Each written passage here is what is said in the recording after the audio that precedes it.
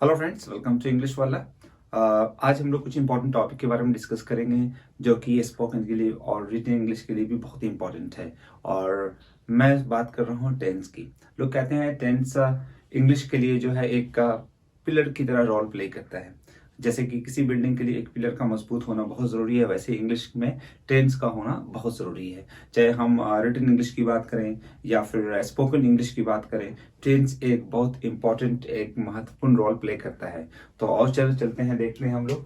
सबसे पहले आज शुरू करते हैं टेंस। टेंस होता क्या है? तो tense is the combination of action and time. क्या है tense? Combination of action and time. किसी काम का एक्शन का होना जो टाइम को बताता है, वही क्या है? टेंस है। ऑफ कोर्स जो हम डेली लाइफ में करते हैं, अभी की बात कर रहे हैं तो वो क्या है? प्रेजेंट है। कोई भी काम किया, अगर हमने पास्ट में किया कोई काम, उसको बता रहे हैं तो वो क्या है? पास्ट टेंस है। और अगर फ्यूचर में हम कोई काम करेंगे या ऐसा प्लान कर रहे हैं, ऐसा होगा, तो वो क्या है? फ्यूचर टेंस है। तो आज हम लोग बात करेंगे प्रेजेंट में। सबसे पहले कौन सा टेंस की? प्रेजेंट टेंस में फर्स्ट हम लोग बात कर रहे हैं आज present simple tense. Exactly, present simple tense. इसे हम लोग या फिर प्रेजेंट इंडेफिनिट भी कह सकते हैं। Present indefinite tense. यहां पे देखें हम तो स्ट्रक्चर देखते हैं। सब्जेक्ट,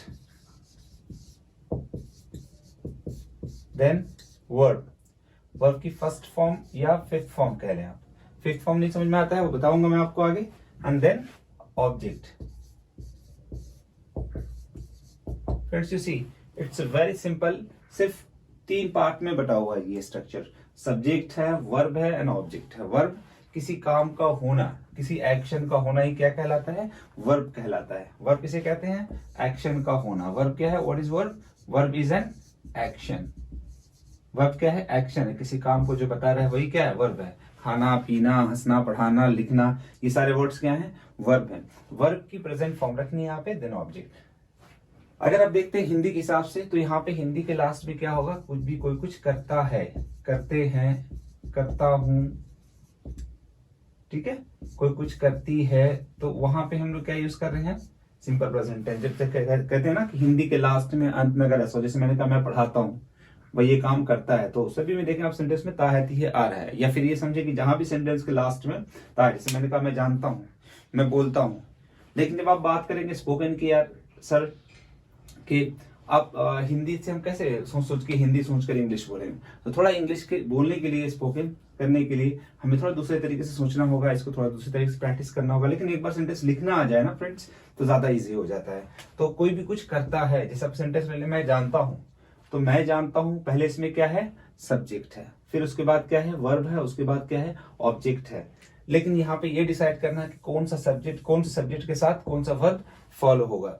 थोड़ा सा टेक्निकल चीजें यहाँ पे, इसको अगर आप समझ लेते हैं इजीली, तो आगे ज्यादा इजी होगा आपके लिए। सब्जेक्ट अगर थर्ड पर्सन सिंगुलर है, क्या है? थर्ड पर्सन सिंगुलर है, तो फिर हमें थर्ड पर्सन सिंगुलर सब्जेक्ट अगर है, तो आगे जो वर्ब रखना, वर्ब की वही फिफ्थ फॉर्म रखनी है। वर्ब की फिफ्थ फॉर्म। फिफ्थ फॉर्म कोई टेक्निकल चीज नहीं है। फिफ्थ फॉर्म का मतलब हुआ किसी वर्ब में, वर्ब की फॉर्म्स जो है उसमें एस या ईएस ऐड कर देना है, राइट? एस कहाँ ऐड करना है, कहाँ ईएस, वो बाद में हम डिस्कस करेंगे। अभी थोड़ा ये चीजें देख लेते हैं कि थर्ड पर्सन सिंगुलर होता है वर्ब की fifth form. Third person singular का मतलब क्या हुआ? जैसे कि ही हो गया, शी हो गया, या किसी थर्ड पर्सन का नाम हो गया, राम, श्याम, रेना, लाइक दिस। जैसे मैंने कहा कि यार वह यहाँ आता है, तो सब्जेक्ट क्या है? वह थर्ड पर्सन है, तो ही कम्स हियर। मतलब जब किसी थर्ड पर्सन के बारे में मैं बोल रहा हूँ, पढ़ा रहा हूँ आपको, तो क्या हूं मैं? फर्स्ट पर्सन हूँ। आप सुन रहे हैं तो आप सेकेंड पर्सन है। जिसके बारे में बात की जा रही है वो क्या है? थर्ड पर्सन है। ऑफकोर्स कोई भी थर्ड पर्सन एक, हाँ, बट ये याद ध्यान रखना आपको कि किसी एक के बारे में, जिसके बारे में बात की जा रही है वो एक ही है, सिंगुलर है, तो उस वो क्या है? थर्ड पर्सन सिंगुलर है, तो उसके साथ में आगे वर्ब की फिफ्थ फॉर्म यूज करनी। जैसे आप देखें, वह लड़का है, बेसिक सेंटेंस में पढ़ा था हमने, तो ही इज अ बॉय। ही के साथ क्या यूज कर रहे हैं? इज यूज करें। क्यों? ही के साथ आर क्यों नहीं यूज कर रहे हैं? कभी सोचा आपने ही के साथ आर इसलिए नहीं यूज कर रहे हैं कि ही क्या है, थर्ड पर्सन सिंगुलर है, और थर्ड पर्सन सिंगुलर के साथ वर्ब जो आती है, हेल्पिंग वर्ब आई मीन, वो सिंगुलर होती है। वैसे यहाँ पे भी थर्ड पर्सन सिंगुलर सब्जेक्ट है, तो यहाँ पे वर्ब क्या यूज करना है, फिफ्थ फॉर्म, मतलब वर्ब की फॉर्म सिंगुलर यूज होना चाहिए। एस और ईएस ऐड कर देंगे तो वर्ब सिंगुलर हो जाएगा। जैसे कि सेंटेंस हम लेते हैं कि वह स्कूल जाता है, तो ही गोज टू स्कूल। इसके बाद थर्ड पर्सन के अलावा जो भी सब्जेक्ट रहेंगे सबके साथ हम वर्ब की फर्स्ट फॉर्म यूज करेंगे। जैसे कि सब फर्स्ट पर्सन सब्जेक्ट में फर्स्ट पर्सन हो गया आई वी, सेकेंड पर्सन हो गया, थर्ड पर्सन हो गया दे, प्लूरल बॉयज गर्ल्स, या किसी एक से ज्यादा लोग हैं तो हम एसेट्रा, इन सब के साथ वर्ब की कौन सी फॉर्म यूज करेंगे, फर्स्ट फॉर्म। Very simple. अब जैसे आपने कहा कि सर वह स्कूल जाता है, वह स्कूल जाता है, तो आप देखिए यहाँ पे वह स्कूल जाता है, किसकी बात हो रही है, वह की थर्ड पर्सन है। तो कोई भी सेंटेंस बनाते सबसे पहले क्या देखते हैं, सब्जेक्ट देखते हैं। सब्जेक्ट कौन है यहाँ पे, ही है। तो हाँ, एक चीज और देख लेते हैं, सब्जेक्ट किसे कहते हैं, सब्जेक्ट कहते हैं कर्ता को। कोई काम कर रहा है ना, करने वाला ही क्या कहलाता है, सब्जेक्ट कहलाता है, इसे कर्ता कहते हैं। इंग्लिश में देखें तो डूअर, डू मीन्स करना, डूअर काम करने वाला, जो काम कर रहा है सेंटेंस में वो क्या है, सब्जेक्ट है। और काम तो पता ही है वर्ब है, और ऑब्जेक्ट जो सब्जेक्ट को फॉलो कर रहा है, जिसके लिए काम किया जा रहा है, वो क्या है, ऑब्जेक्ट है, जो काम कर रहा है। तो मेन चीजें, अगर सब्जेक्ट पता चल जाता है तो फिर वर्ब भी इजी हो जाता है, वर्ब पता चल जाता है तो फिर ऑब्जेक्ट की टेंशन ही नहीं है। जैसे आप स्कूल जाता है तो हमने यहाँ पे, हाँ कोई जरूरी नहीं कि हर सेंटेंस में ऑब्जेक्ट हो, लेकिन हर सेंटेंस में सब्जेक्ट का होना जरूरी है। पता तो चले सब्जेक्ट कौन है, तभी तो हम सेंटेंस बना पाएंगे। यहाँ पे वह स्कूल जाता है, तो यहाँ पे सब्जेक्ट कौन है, ही, राइट। ही क्या है, थर्ड पर्सन। हम देखने की बात करते ही सेंटेंस बोलते ही चला यार वह स्कूल जाता है, वह कोई और है, तो वहां पे सब्जेक्ट क्या है, ही है। ही के साथ अगर थर्ड पर्सन है तो हम वर्ब की फिफ्थ फॉर्म, मतलब स्कूल जाता, तो वर्ब कौन है यहाँ पे, जाना, तो क्या बोलेंगे, ही। अब जाना की इंग्लिश देखेंगे हम, गो है तो इसमें ईएस लगाएंगे, गोज, ही गोज। अब कहां जाता है, स्कूल, तो ही गोज टू स्कूल। मैंने कहा कि यार राम हिंदी बोलता है, राम हिंदी बोलता है, तो यहाँ पे सब्जेक्ट कौन है, राम, राम। और फिर इसमें वर्ब क्या चाहिए हमें, वर्ब की फॉर्म राम है, तो राम थर्ड पर्सन है, तो वर्ब की फिफ्थ फॉर्म, तो राम बोलता है, तो बोलना ही वर्ब है, तो स्पीक से क्या बना, स्पीक्स। क्या बोलता है, हिंदी, तो ऑब्जेक्ट हिंदी है, राम स्पीक्स हिंदी। ऐसे मैंने कहा कि राम इंग्लिश बोलता है, तो क्या हो जाएगा, राम स्पीक्स इंग्लिश। वह इंग्लिश बोलता है तो ही स्पीक्स इंग्लिश। मेरा भाई इंग्लिश बोलता है, तो मेरा भाई भी क्या है यहाँ पे, थर्ड पर्सन सिंगुलर है, तो मेरा भाई, माई ब्रदर स्पीक्स इंग्लिश। बस इंग्लिश बोलने के लिए ना आपको थोड़ा हिंदी से इंग्लिश डायरेक्टली मतलब बोलकर प्रैक्टिस करना होगा, जैसे खुद हिंदी सेंटेंस सोचे और इंग्लिश में बोले। तो होप यहाँ पे समझ में आ रहा होगा आप लोगों को, थर्ड पर्सन सिंगुलर होने पर वर्ब की फिफ्थ फॉर्म।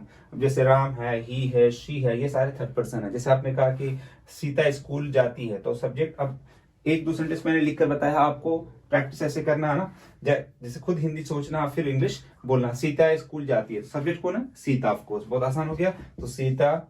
और वर्ब कौन है, स्कूल जाती है, तो जाना वर्ब है इसमें, तो Sita goes to school, right.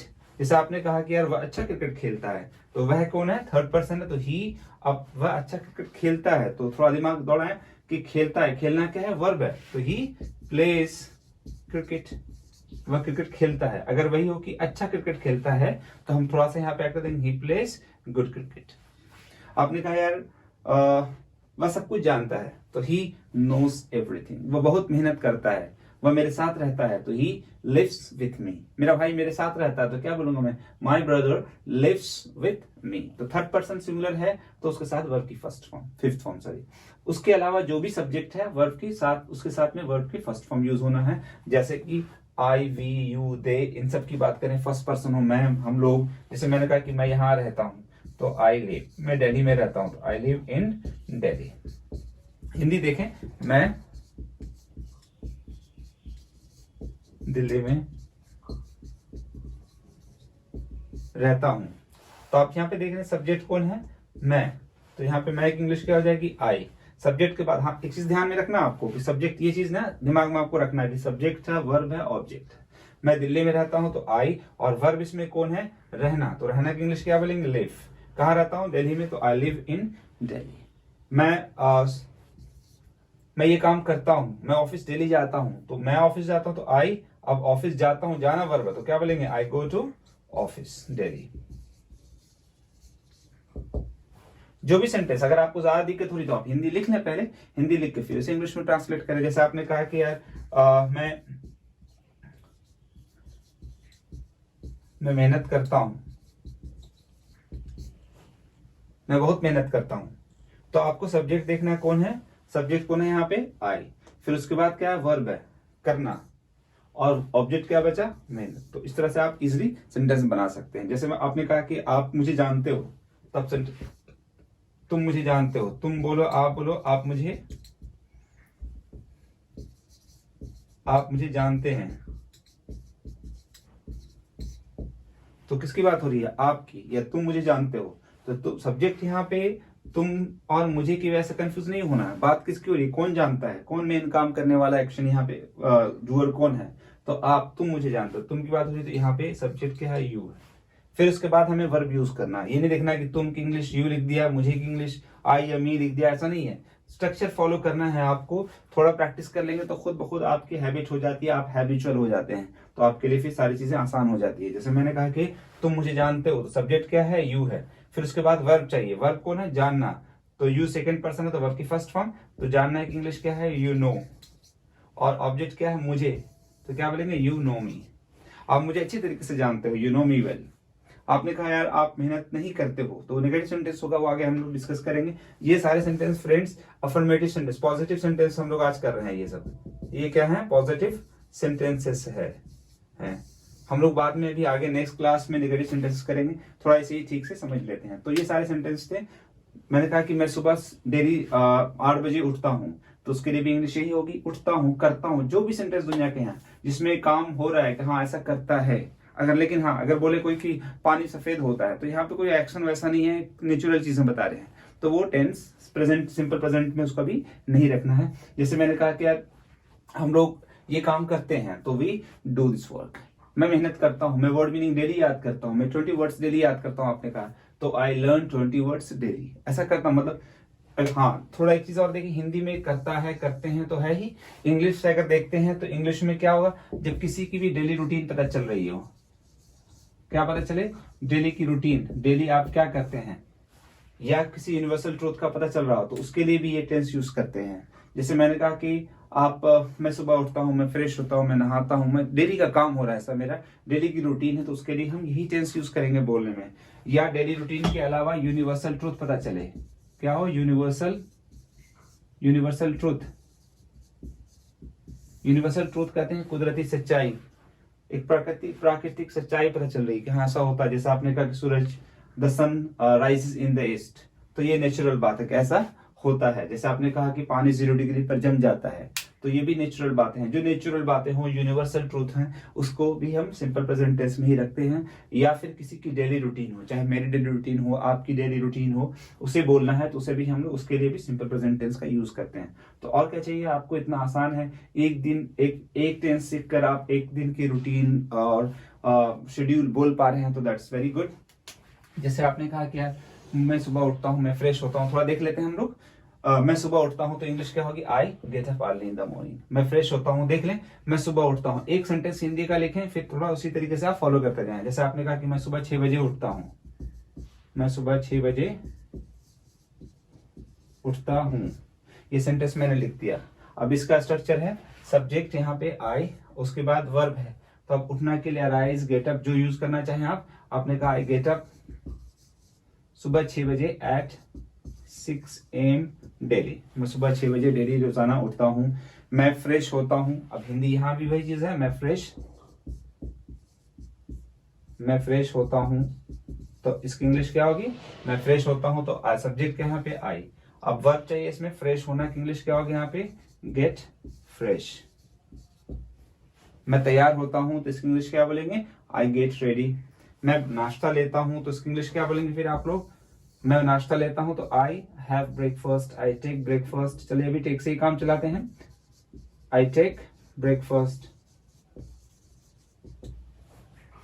उसके बाद मैं ऑफिस जाता हूँ, स्कूल जाता हूँ, जिसकी जो रूटीन है डेली सुबह से शाम तक आप क्या करते हैं, बहुत इजीली बोल सकते हैं। सब्जेक्ट के बाद आपको वर्ब बोलना है। यहाँ पे भी एक चीज और देख लें कि अगर आप सब्जेक्ट के बाद बार बार सब्जेक्ट सेंटेंस में रिपीट नहीं करते हैं, तब भी बहुत आसान है और थोड़ा अच्छी इंग्लिश हो जाएगी। जैसे मैंने कहा मैं सुबह उठता हूँ, तो डायरेक्टली क्या होगा, I get up at 6 AM early in the morning. मैं फ्रेश होता हूँ तो डायरेक्टली क्या बोलेंगे, गेट फ्रेश। नाश्ता लेता हूँ तो क्या बोलेंगे, डायरेक्टली टेक ब्रेकफास्ट। आपको रिपीट करना सब्जेक्ट का जरूरी नहीं है, डायरेक्टली सब्जेक्ट, एक बार सब्जेक्ट वर्ब बोला फिर आगे सिर्फ वर्ब मतलब सिर्फ एक्शन काम को बोलते जाएं। तो ये हमारा सिंपल प्रेजेंट टेंस है। नेक्स्ट क्लास में हम लोग नेगेटिव इंट्रोगेटिव लेकर आएंगे, लेकिन अभी इसको पॉजिटिव में थोड़ा सा आपको ज्यादा मेहनत करना है, क्योंकि इंग्लिश में सबसे ज्यादा यूज होने वाला टेंस सिंपल प्रेजेंट टेंस है, प्रेजेंट सिंपल टेंस है। फिर पास्ट में सबसे ज्यादा सिंपल पास्ट टेंस होगा, और वैसे ही फ्यूचर में सबसे ज्यादा सिंपल फ्यूचर टेंस यूज करते हैं। बाकी टेंसेस की भी जरूरत है, मैं ऐसा नहीं कर रहा हूँ कि बाकी टेंसेस का काम नहीं है, बाकी टेंस की जरूरत नहीं है, सारे टेंसेस की जरूरत है, लेकिन सिंपल प्रेजेंट टेंस या प्रेजेंट सिंपल टेंस बहुत ज्यादा यूज होते हैं। तो दैट्स इट।